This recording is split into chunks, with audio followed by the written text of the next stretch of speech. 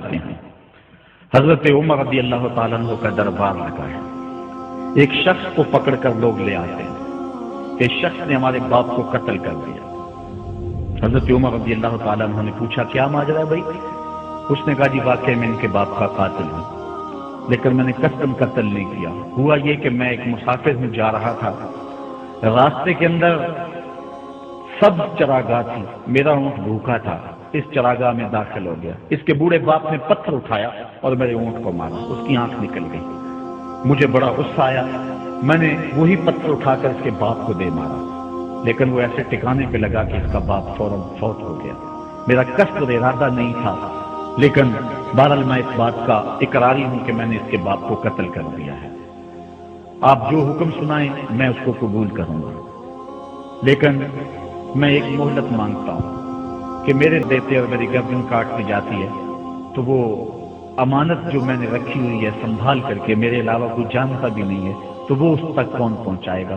اگر آپ مجھے 3 دن کی مہلت دے دیں تو میں جا کر کے اس کی امانت اس کو واپس کر کے پھر واپس آؤں گا. پھر یہ پھندا پھانسی کا میں اپنے گلے میں ڈلوانے کے لیے تیار ہوں.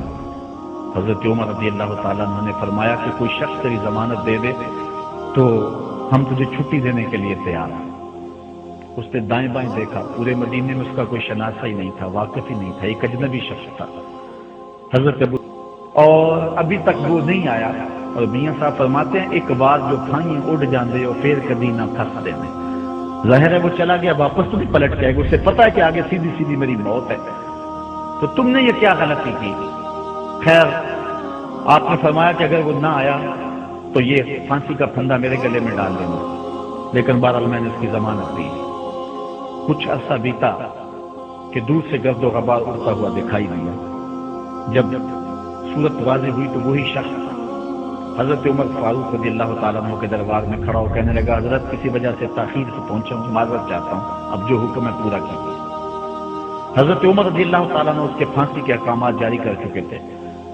آپ نے فرمایا کہ ابو ذر یہ بتا کہ تو نے اس کی ضمانت کیسے دی جب تو اسے جانتا نہیں تھا؟ تو سن حضرت ابو ذر غفاری نے کیا کہا ایک اجنبی میرے محمد کے مدینے میں پناہ مانگ رہا تھا اور اس نے چاروں سمت دیکھا اور کوئی شخص نہیں تھا جو اس کو امان دیتا اور اس کی ضمانت دیتا، تو میں نے اس لیے ضمانت دے دی کہ نہ بھی آیا تو اپنی جان چلی جائے گی.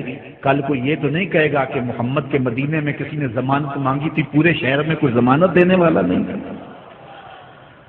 اس کو کہا کہ انہوں نے تو ضمانت دے دی، میاں اب تو بتا کہ تو چلا گیا تھا، تجھے جانتا کوئی نہیں تھا، نہ پلٹ کے آتا تو تجھے کوئی پوچھنے والا نہیں تھا، تو نے یہ دوبارہ موت کے منہ میں کیوں اپنا سر رکھا ہے؟